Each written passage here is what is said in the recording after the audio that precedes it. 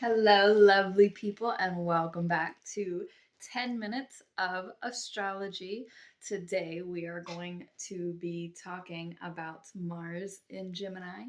Please remember to press every button for me if you would, and look at my housekeeping in the comments. Now, Mars in Gemini. Mars is the planet of action, war, determination, work ethic. Gemini is the twins running simultaneously in both directions. Every time I talk about Mars and Gemini, whatever time period that is, I say that it's like attempting to go into two different rooms where your mind still wants to stay in this room, but your body wants to go into another room and you hurt yourself. The Geminis are one of the youngsters of the zodiac. So if you imagine Aries being a literal baby, Taurus being terrible twos, and Geminis being between about 4 and 7 or 8 years old, that is Geminis. It's everything in every direction, a lot of energy, a lot of mental. It's when, the why question, why? And so that is Mars in Gemini, is actively doing that and being that. And there is everything in Gemini. Saturn goes into Gemini during this time. Uranus is still in Gemini. There's a lot of things that are going to be in Gemini. So this is Gemini season for real. So let's hop in.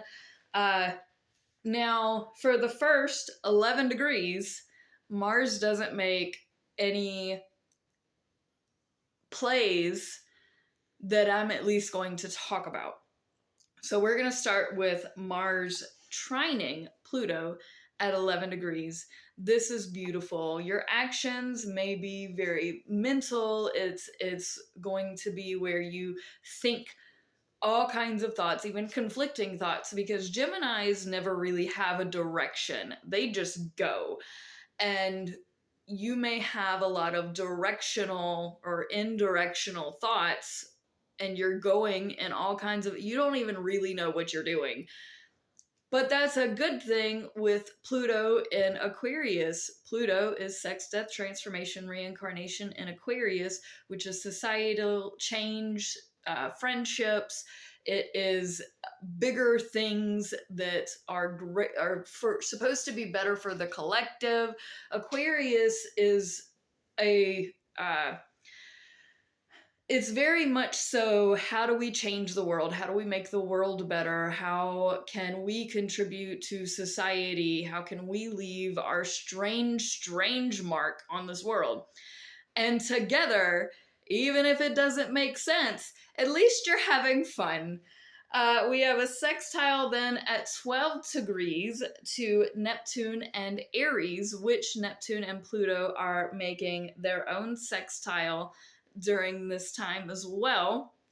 But the sextile here, Neptune is the ethereal, it's the spiritual. In Aries, it is for the self. It is what you are going to do. It is to maintain your basic living. Remember, Aries is an infant.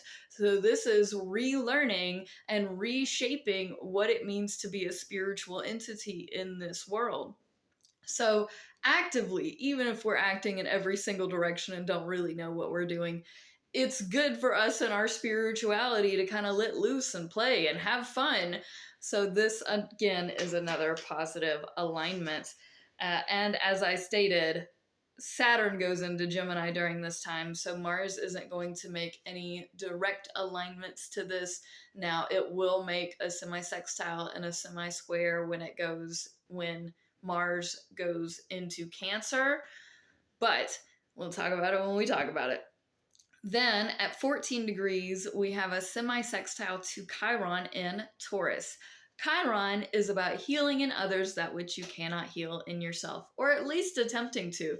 Chiron is always pot calling the kettle black. And in Taurus, it is of your homes, it's your values, it's where you're comfortable. So you may tell people, well, just get out of your comfort zone, but you yourself are not getting out of your comfort zone.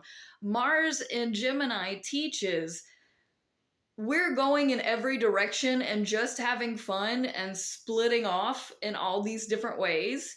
And that's going to help you get out of your comfort zone. So if you have a new opportunity to go travel, even if it's somewhere in your town, even if it's somewhere close by, because Taurus is going to want to stay home, you should go ahead and take that opportunity to go explore and do something different and enjoy this change, because you're learning right now that staying stuck at home and just trying to heal your home, and I get it, your house probably needs to be cleaned.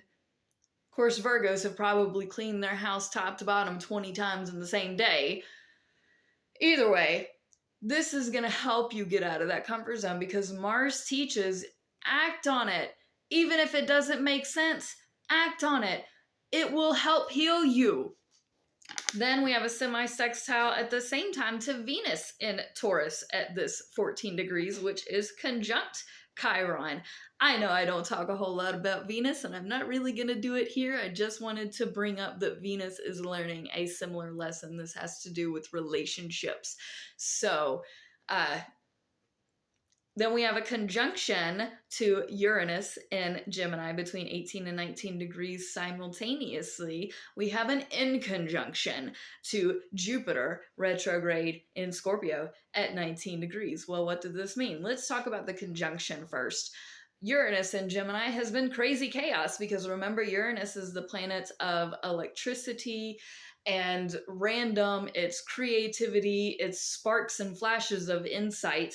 That's been in Gemini, which again is the small children running in 20 different, the small twins, by the way, it's duality. So it is all directions as far as I'm concerned. It's been a lot of crazy chaos. Necessary crazy chaos, but nonetheless, it can just be crazy chaos for no reason. And that together is active crazy chaos for no reason. Remember, some of this is just not going to make sense. In conjunct, so both of these in conjunct to Jupiter. Jupiter is large expansion, things like public speaking. It is luck. It's not so much infrastructure as it is the architecture of that infrastructure. It is the biggest, gassiest, just it takes up space, right? In Scorpio, Scorpio does not like to take up space. As a matter of fact, it likes to be in the shadows, in the dark, watching, observing, being chill, and just not saying, because Jupiter is a larger octave of Mercury, which is about communication. So Scorpio, no. We keep it quiet. We keep all the secrets. You have to shush. Jupiter is expanding all of those secrets. It's going wide open door, honey. Scorpio is no. We don't, especially retrograde.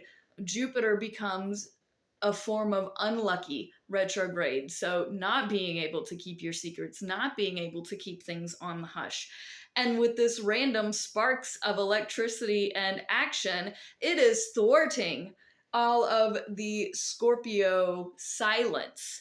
It is making Scorpio and no. Let me readjust. Let me smooth this over. And Scorpios are going to want to.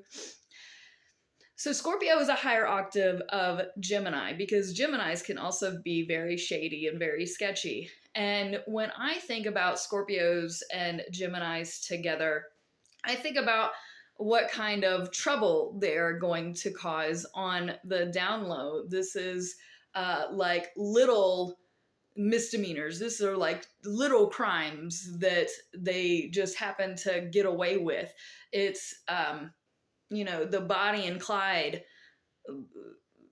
aura, if it were a little more relaxed and chill, and like we have to commit this crime quietly.